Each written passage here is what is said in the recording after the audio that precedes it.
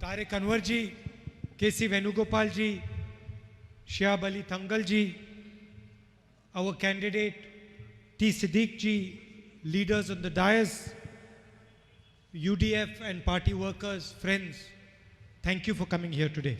നമ്മുടെ വേദിയിലിരിക്കുന്ന കോൺഗ്രസിന്റെയും UDF-ന്റെയും നേതാക്കളെ, എൻ്റെ പ്രിയപ്പെട്ട സുഹൃത്തുക്കളെ, പാർട്ടി പ്രവർത്തകരെ, നിങ്ങളെ എല്ലാവരെയും സ്വാഗതം ചെയ്യുകയും ഇന്നിവിടെ വന്നതിന് നിങ്ങൾക്ക് എല്ലാവർക്കും ഞാൻ നന്ദി രേഖപ്പെടുത്തുകയും ചെയ്യുന്നു. This is a critical election for Kerala, but it is as critical, especially for Wayanad. ഈ തിരഞ്ഞെടുപ്പ് എന്ന് പറയുന്നത് കേരളത്തെ സംബന്ധിച്ചിടത്തോളം വളരെ നിർണായകമായ ഒരു തെരഞ്ഞെടുപ്പാണ്. അതുപോലെ തന്നെ വയനാടിനെ സംബന്ധിച്ചിടത്തോളം വളരെ നിർണായകമായ ഒരു തെരഞ്ഞെടുപ്പാണ് ഇപ്പോൾ വരാൻ പോകുന്നത്. The Kerala economy is completely stuck. Youngsters in Kerala are not able to get jobs. കേരളത്തിലെ സമ്പദ് വ്യവസ്ഥ എന്ന് പറയുന്നത് പൂർണ്ണമായും നിശ്ചലമായ ഒരു സ്തംഭനാവസ്ഥയിലെത്തിയിരിക്കുകയാണ്. കേരളത്തിലെ യുവജനങ്ങൾക്ക് അവർക്ക് ആവശ്യമായ തൊഴിൽ ലഭിക്കാൻ സാധിക്കുന്നില്ല. And the Kerala economy needs to be restarted as soon as possible. അതുകൊണ്ട് കേരളത്തിന്റെ സമ്പദ് വ്യവസ്ഥയെ നമുക്ക് എത്ര വേഗം സാധിക്കുന്നുവോ അത്ര വേഗത്തിൽ പുനരുജ്ജീവിപ്പിക്കാനും വീണ്ടും ചലിപ്പിക്കാനും നമുക്ക് സാധിക്കണം. It is actually quite easy to start the Kerala economy. സത്യത്തിൽ കേരളത്തിലെ സമ്പദ് വ്യവസ്ഥയെ വീണ്ടും ചലിപ്പിക്കുക എന്ന് പറയുന്നത് വളരെ എളുപ്പമുള്ള ഒരു കാര്യമാണ്. But you have to know what to do. പക്ഷേ അതിനുവേണ്ടി എന്ത് ചെയ്യണം എന്നുള്ളത് നിങ്ങൾക്ക് അറിഞ്ഞിരിക്കണം. It is like a car. A car cannot move if it does not have petrol in the tank. ഇത് ആ കാണുന്ന ഒരു കാറിനെ പോലെയാണ്. കാറിന്റെ ഇന്ധനത്തിൽ അതിന്റെ ടാങ്കിൽ പെട്രോൾ ഇല്ലെങ്കിൽ കാറിന് മുൻപോട്ട് പോകാൻ പറ്റില്ല. No matter what you do, you cannot start the engine without petrol in the tank. നിങ്ങൾ എന്തൊക്കെ ചെയ്താലും പെട്രോൾ ടാങ്കിൽ ഇല്ലാതെ നിങ്ങൾക്ക് ആ എൻജിൻ നിങ്ങൾക്ക് സ്റ്റാർട്ട് ചെയ്യാൻ പറ്റില്ല, എൻജിൻ ഓപ്പൺ ചെയ്യാൻ പറ്റില്ല, മുൻപോട്ട് പോകാൻ പറ്റില്ല. Economy is exactly the same. അതുപോലെ തന്നെയാണ് ഈ കാറിന്റെ കാര്യം പറഞ്ഞതുപോലെ തന്നെയാണ് കേരളത്തിലെ സമ്പദ് വ്യവസ്ഥയുടെ കാര്യവും. An economy also needs fuel to start. അതുപോലെ തന്നെ ഒരു സമ്പദ് വ്യവസ്ഥയ്ക്കും മുൻപോട്ട് പോകണമെങ്കിൽ അതിന് പ്രവർത്തനം ആരംഭിക്കണമെങ്കിൽ ഇന്ധനം ആവശ്യമാണ്. Like petrol is the fuel for a car, money in people's hands is fuel for an economy. എങ്ങനെയാണ് പെട്രോൾ എന്ന് പറയുന്നത് കാറിന്റെ ഇന്ധനമാണോ അതുപോലെ ജനങ്ങളുടെ കയ്യിൽ പൈസ ഉണ്ടാകുക എന്നതാണ് സമ്പദ് വ്യവസ്ഥയെ മുൻപോട്ട് ചലിപ്പിക്കാൻ ആവശ്യമായ ഇന്ധനം. How does it work? അതെങ്ങനെയാണ് പ്രവർത്തിക്കുന്നത്? You put people in money's hands, money in people's hands. നിങ്ങൾ ആളുകളുടെ കയ്യിൽ പൈസ നൽകുന്നു, പൈസ നിക്ഷേപിക്കുന്നു. People go and spend that money. അപ്പോൾ ജനങ്ങളുടെ കയ്യിൽ പൈസ കിട്ടുമ്പോൾ അവർ പോയി പൈസ ചെലവാക്കുന്നു. They buy things. അവർ സാധനങ്ങൾ വാങ്ങിക്കുന്നു. Shirts, pants, medicines, glasses, cell phones. Shirt, pant, മരുന്നുകൾ, ഗ്ലാസുകൾ, കണ്ണടകൾ, സെൽഫോണുകൾ, അങ്ങനെ പലവിധ സാധനങ്ങൾ ജനങ്ങൾ വാങ്ങിക്കാൻ തുടങ്ങുന്നു.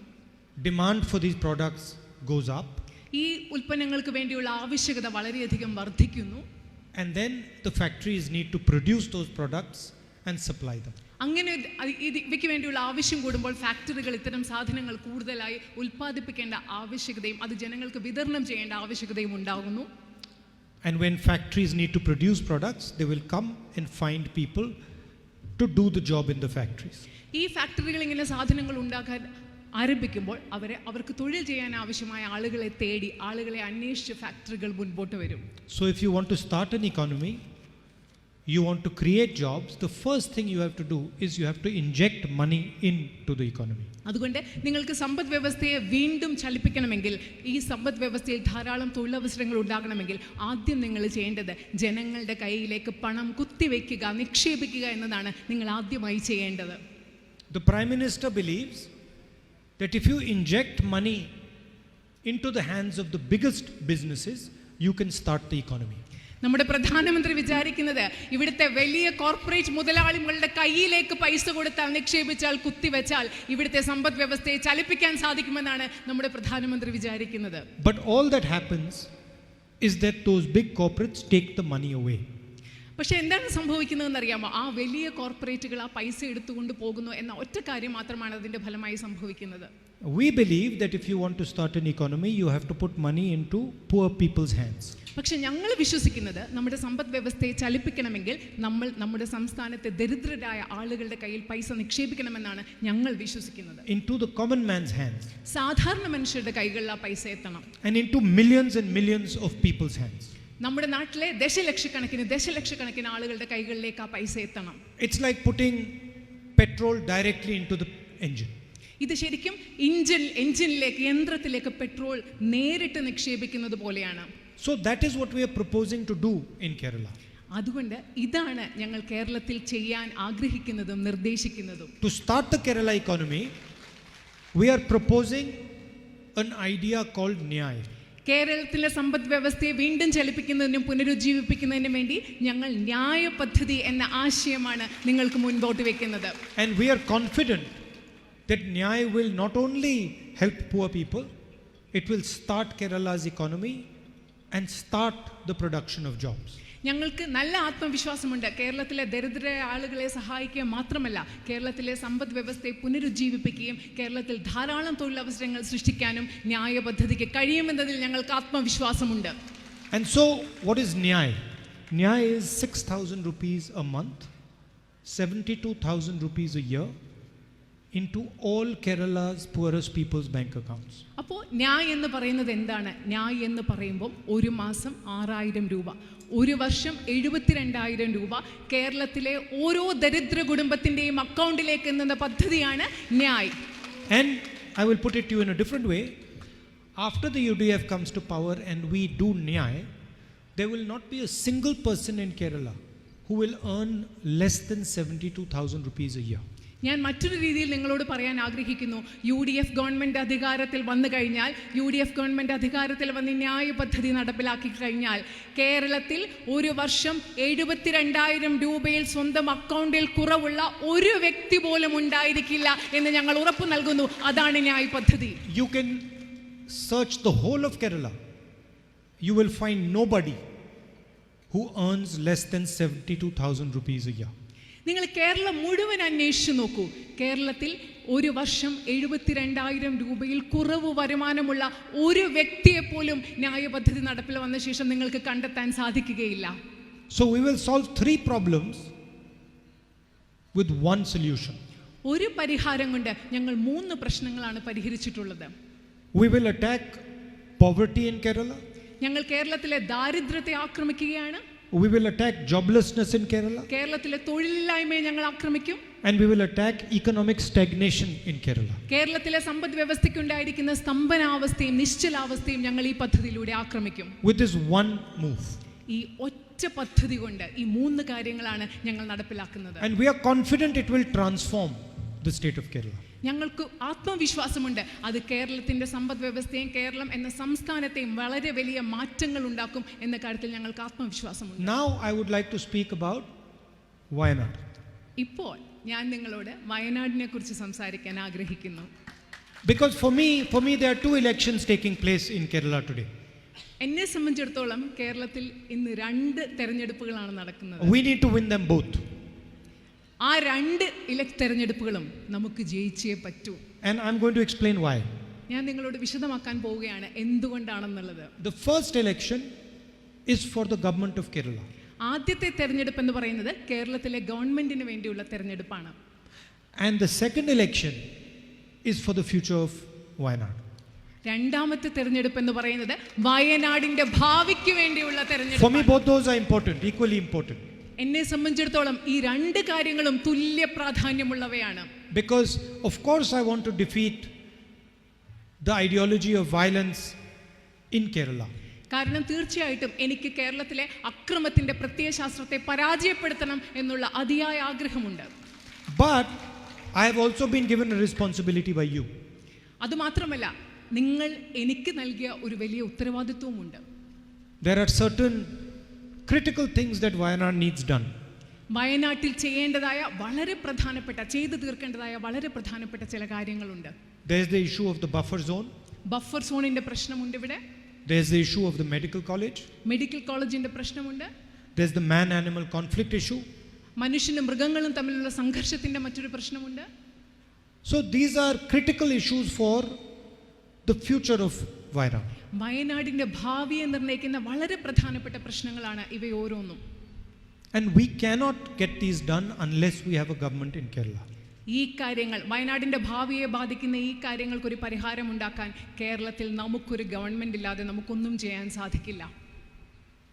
And so we need full support of the people of Wayanad to win maximum seats here so we can get this work done. അതുകൊണ്ട് നിങ്ങളുടെ വയനാട്ടിലെ ആളുകളിൽ നിന്ന് ഇവിടെ നിന്നും നമുക്ക് കിട്ടാവുന്ന കഴിവിൻ്റെ പരമാവധി നിയോജക മണ്ഡലങ്ങളിൽ സീറ്റുകളിൽ നിന്ന് സ്ഥാനാർത്ഥികളെ ജയിപ്പിക്കാനുള്ള നിങ്ങളുടെ പിന്തുണ ഉണ്ടാകണം. എങ്കിൽ മാത്രമേ ഈ കാര്യങ്ങൾ നമുക്ക് നടപ്പിലാക്കാൻ സാധിക്കുകയുള്ളൂ. And that is why I have come here for support for Siddique ji. അതുകൊണ്ടാണ് ഞാനിവിടെ ശ്രീ സിദ്ദിഖ് ജിക്ക് പിന്തുണയുമായി നിങ്ങളുടെ മുൻപിൽ എത്തിയിട്ടുള്ളത്. But we are not going to be content by just solving these 2 or 3 so-called emergency problems. ഞങ്ങൾ ഈ നേരത്തെ പറഞ്ഞ 3-4 വളരെയധികം അടിയന്തര ശ്രദ്ധയുള്ള ഈ പ്രശ്നങ്ങൾ പരിഹരിക്കുന്നത് കൊണ്ട് മാത്രം ഞങ്ങൾ തൃപ്തരാകാൻ പോകുന്നില്ല. We have serious medical issues among our tribals.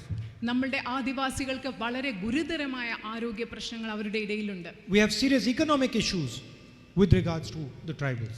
നമ്മുടെ ആദിവാസികളുടെ ഇടയിൽ വളരെ ഗുരുതരമായ സാമ്പത്തിക പ്രശ്നങ്ങളുമുണ്ട്. Our small farmers are struggling. നമ്മുടെ ചെറുകിട കർഷകർ വളരെയധികം ബുദ്ധിമുട്ടുകയാണ്. There are 3 new criminal agricultural laws that the Prime Minister has passed. നമ്മുടെ പ്രധാനമന്ത്രി ഈ രാജ്യത്ത് നടപ്പിലാക്കിയ 3 ക്രിമിനൽ കുറ്റങ്ങളായ 3 കാർഷിക നിയമങ്ങളുണ്ട്. That we have to defend against. ഇതിനെതിരെ നമുക്ക് പ്രതിഷേധിക്കേണ്ടതും പ്രതിരോധിക്കേണ്ടതുമായിട്ടുണ്ട്. But for me the most important thing is to reclaim the idea of Wayanad. എന്നെ സംബന്ധിച്ചിടത്തോളം ഏറ്റവും പ്രധാനപ്പെട്ട കാര്യം വയനാട് എന്ന ആശയത്തെ തിരിച്ചു പിടിക്കുക, തിരിച്ചവകാശപ്പെടുക എന്നതാണ് എനിക്ക് ഏറ്റവും പ്രധാനം. If you remember, this place has a global significance. നിങ്ങൾക്കറിയാമെങ്കിൽ വയനാട് എന്ന് പറയുന്ന ഈ പ്രദേശത്തിന് വളരെയധികം അന്താരാഷ്ട്ര ലോക നിലവാരത്തിലുള്ള ലോകതലത്തിലുള്ള ഒരു പ്രസക്തിയും പ്രാധാന്യവുമുണ്ട്. This place does not just have a significance for Kerala, it has a significance for India and for the rest of the world. Wayanad എന്ന് പറയുന്ന പ്രദേശം കേരളത്തിൽ മാത്രമല്ല വയനാടിന് പ്രസക്തിയുള്ളത്, വയനാടിന് ഇന്ത്യയിൽ വളരെ പ്രസക്തിയുണ്ട്. അതുപോലെ തന്നെ ആഗോള തലത്തിലും വയനാടിന് വളരെയധികം പ്രസക്തിയും പ്രാധാന്യവുമുണ്ട്. You used to be the spice capital of the world. There is no reason you should not be the spice capital of the world again. ലോകത്തെ സുഗന്ധവ്യഞ്ജനങ്ങളുടെ തലസ്ഥാനമായിരുന്നു വയനാട്. ഇനിയും ലോകത്തെ സുഗന്ധവ്യഞ്ജനങ്ങളുടെ തലസ്ഥാനമായി മാറാതിരിക്കാൻ മറ്റൊരു കാരണവും വയനാടിന് ഇനിയില്ല. And so we have to work together to ensure that these things happen. അതുകൊണ്ട് നമ്മൾ ഒരുമിച്ച് പ്രവർത്തിക്കണം. ഈ കാര്യങ്ങൾ സംഭവിക്കുന്നു എന്ന് ഉറപ്പുവരുത്താനായി നമ്മൾക്ക് ഒരുമിച്ച് പ്രവർത്തിക്കേണ്ടതുണ്ട്. You know what the left front has done with regards to these critical problems. ഈ നിർണായകമായ പ്രശ്നങ്ങളുമായി അനുബന്ധിച്ച് കേരളത്തിലെ ഇടതുപക്ഷ ഗവൺമെന്റ് എന്താണ് ചെയ്തിട്ടുള്ളതെന്ന് നിങ്ങൾക്കറിയാം. We've been asking for a medical college for 5 years now. 5 വർഷങ്ങളായി ഞങ്ങൾ വയനാട്ടിൽ ഒരു മെഡിക്കൽ കോളേജിനെ ഈ ഗവൺമെന്റിനോട് ആവശ്യപ്പെട്ടുകൊണ്ടിരിക്കുകയാണ്. And just a few days ago they've put a board over there saying that they've given us a medical college. കുറച്ച് ദിവസങ്ങൾക്ക് മുമ്പ് അവരവരുടെ ബോർഡ് വെച്ചിട്ട് പറയുകയാണ് നമ്മൾക്കൊരു മെഡിക്കൽ കോളേജ് തന്നു എന്ന്. അവിടെ ഒരു ബോർഡ് വെച്ചിട്ടുണ്ട് കുറച്ച് ദിവസങ്ങൾക്ക് മുമ്പ്. We don't want a board. We want a medical college. ഞങ്ങൾക്ക് വേണ്ടത് വെറും ഒരു ബോർഡല്ല, ഞങ്ങൾക്ക് വേണ്ടത് ഒരു മെഡിക്കൽ കോളേജാണ്. If boards were medical colleges, we could put medical colleges throughout Wayanad anywhere we wanted. We don't need the help of the left front. Medical കോളേജിന് പകരം ബോർഡ് വെക്കാനാണെങ്കിൽ ഞങ്ങൾക്ക് വയനാട്ടിൽ മുഴുവൻ മെഡിക്കൽ കോളേജുകളുടെ ബോർഡ് വെക്കാം. അതിന് ഈ ഗവൺമെന്റിന്റെ സഹായം ഞങ്ങൾക്ക് I ആവശ്യമില്ല. can put 50, 100, 200 boards wherever you want if that is the problem. ബോർഡുകൾ വെക്കുന്നതാണ് പ്രശ്നമെങ്കിൽ 50, 100, 200 ബോർഡുകൾ എവിടെ വേണമെങ്കിലും വെക്കാം. അതാണ് പ്രശ്നമെങ്കിൽ We want a super speciality medical college where all our people can be treated with respect. നമ്മൾക്ക് വേണ്ടത്, വയനാടിന് വേണ്ടത് നമ്മുടെ ഇവിടുത്തെ എല്ലാ ആളുകളെയും ബഹുമാനത്തോടു കൂടി ചികിത്സിക്കുന്ന ഒരു സൂപ്പർ സ്പെഷ്യാലിറ്റി മെഡിക്കൽ കോളേജാണ്. And for 5 years you've been making some excuse or the other. 5 വർഷങ്ങളായിട്ട് ഇത് നടക്കുന്നില്ല, ഒരു കാരണം അല്ലെങ്കിൽ മറ്റൊരു കാരണം കൊണ്ട്. Suddenly we hear about this buffer zone. പെട്ടെന്ന് നമ്മൾ ബഫർ സോണുകളെ പറ്റി കേൾക്കുന്നു. We ask in Lok Sabha about this buffer zone and we are told that the left front government has done it. ലോക്സഭയിൽ ഈ ബഫർ സോണിനെ കുറിച്ച് ചോദിച്ചപ്പോൾ ഞങ്ങൾക്ക് കിട്ടിയ മറുപടി ഇതാണ്: ഇവിടുത്തെ ഇടതുപക്ഷ ഗവൺമെന്റാണ് അത് ചെയ്തതെന്ന്. These are devastating for the future of Wayanad. ഇത് വയനാടിന്റെ ഭാവിക്ക് വളരെയധികം നാശമുണ്ടാക്കുന്ന കാര്യങ്ങളാണ് ഈ ചെയ്തുകൊണ്ടിരിക്കുന്നത്. And we cannot keep waiting for this to happen. ഇത് നടക്കാൻ നമുക്ക് കാത്തിരിക്കാൻ പറ്റില്ല നമുക്ക്. We have to take the matter into our own hands and we have to ensure that it is done over the next 5 years. നിങ്ങൾക്ക് ഈ കാര്യങ്ങൾ നമ്മളുടെ കയ്യിലേക്ക് എടുക്കണം. എന്നിട്ട് നമ്മൾക്ക് അടുത്ത 5 വർഷങ്ങൾക്കുള്ളിൽ ഈ പറഞ്ഞ കാര്യങ്ങൾ ഇവിടെ നടപ്പിലാകുന്നുണ്ട് എന്ന് നമ്മൾ ഉറപ്പുവരുത്തുകയും ചെയ്യണം. I'm not an MLA, I'm not going to be an MLA in the Vidhan Sabha, but I do have a little bit of ability to influence the UDF government. ഞാൻ ഇവിടുത്തെ അസംബ്ലിയിൽ ഒരു MLA ആകാൻ പോകുന്നില്ല, പക്ഷേ ഇവിടുത്തെ UDF ഗവൺമെന്റിനെ സ്വാധീനിക്കാനുള്ള ഒരു കഴിവും എനിക്കുണ്ട്. And I will use that ability to make sure that our problems here are solved.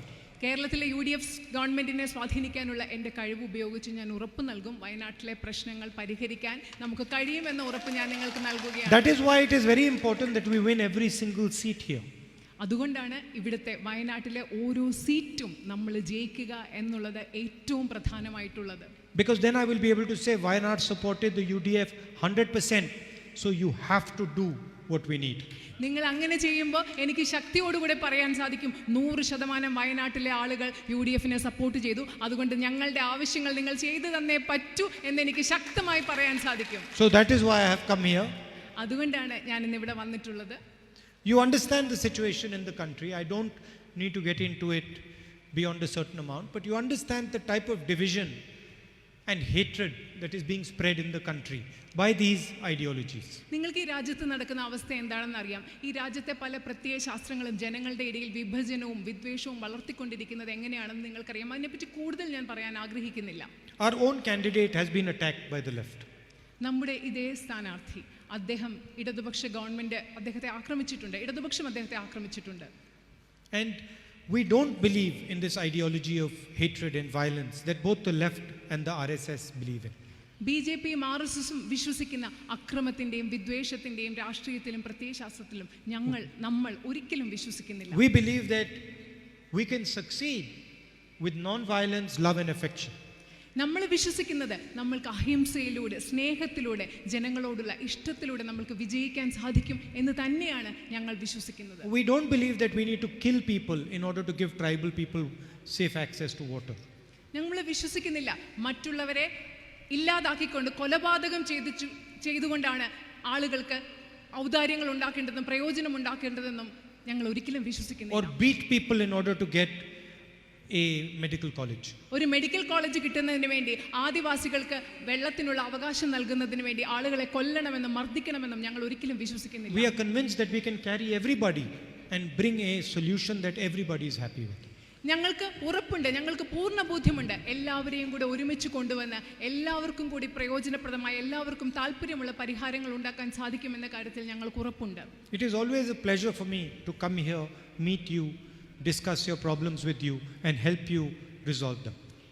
എന്നെ സംബന്ധിച്ചിടത്തോളം എല്ലായ്പ്പോഴും ഇവിടെ വരുന്നത്, നിങ്ങളെ കാണുന്നത്, നിങ്ങളുടെ പ്രശ്നങ്ങൾ നിങ്ങളോട് സംസാരിക്കുന്നത്, ആ പ്രശ്നങ്ങൾക്ക് പരിഹാരമുണ്ടാക്കാൻ നിങ്ങളെ സഹായിക്കുന്നത് വളരെയധികം സന്തോഷമുണ്ടാക്കുന്ന ഒരു വസ്തുതയാണ്. And ever since I've come here, you have treated me like your family. ഞാൻ എന്ന് മുതൽ ഈ വയനാട്ടിൽ വന്നോ അന്നു മുതൽ നിങ്ങൾ എന്നെ നിങ്ങളുടെ കുടുംബം പോലെയാണ് എന്നെ കാണുന്നതും എന്നോട് പെരുമാറിക്കൊണ്ടിരിക്കുന്നത്. And so as a family member, it is my duty to help you and work with you. അതുകൊണ്ട് നിങ്ങളുടെ ഒരു കുടുംബാംഗം എന്ന നിലയിൽ നിങ്ങളോട് സഹായിക്കുക, നിങ്ങളോടൊപ്പം ചേർന്ന് പ്രവർത്തിക്കുക എന്ന് പറയുന്നത് എൻ്റെ ഒരു And I'm looking forward to the day that we inaugurate our medical college and the day that we resolve some of these issues that have been disturbing you, upsetting you for many years. അതുകൊണ്ട് നമ്മുടെ വയനാട്ടിൽ ഈ medical college ഉദ്ഘാടനം ചെയ്യുന്ന ദിവസത്തിലേക്ക്, അതുപോലെ വളരെ നാളുകളായി നിങ്ങളെ ബുദ്ധിമുട്ടിച്ചുകൊണ്ടിരിക്കുന്ന പല പ്രശ്നങ്ങളുടെയും പരിഹാരം കാണുന്ന ഒരു ദിവസത്തിലേക്ക് ഞാൻ ഉറ്റുനോക്കിക്കൊണ്ടിരിക്കുകയാണ്. Thank you very much. വളരെയധികം നന്ദി. Thank you.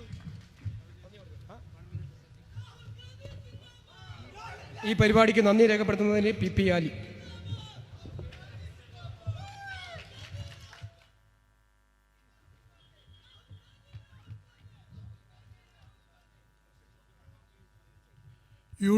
സംഘടിപ്പിച്ച കൽപ്പറ്റ നിയോജകമണ്ഡലം കമ്മിറ്റി സംഘടിപ്പിച്ച ഈ പൊതുസമ്മേളനത്തിൽ പങ്കെടുത്ത നമ്മുടെ പ്രിയങ്കരനായ രാഹുൽജിക്ക് കൽപ്പറ്റ നിയോജകമണ്ഡലം കമ്മിറ്റിയുടെ പേരിൽ നന്ദി രേഖപ്പെടുത്തുന്നു.